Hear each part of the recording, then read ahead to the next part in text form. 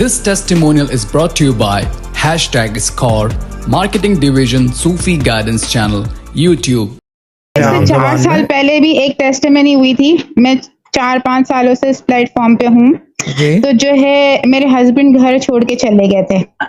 तो शाह साहब उस वक्त तो मैं बिल्कुल न्यू थी। मैंने फेसबुक से आपका ग्रुप ज्वाइन किया था, पेज ज्वाइन किया था। तो आपने मुझे कहा था कि 38 डेज तुम बिस्मिल्लाह सिर्फ पढ़ने के लिए दिया था 786 टाइम्स।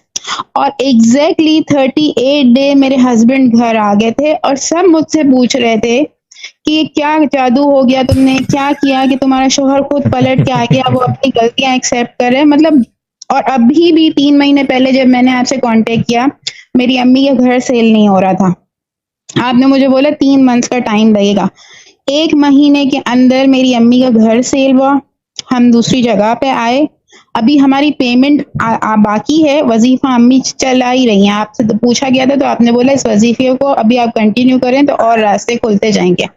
मगर हमारे ओनर ने बराबर वाले 2 बैंगलोर्स को 25,000 रुपीज में भी चाबी नहीं दी और हमारे अभी 18 लाख रुपए बाकी हैं और उसने हमें घर में रहने के लिए दे दिया। आज हम 2 महीनों से घर में रह रहे हैं।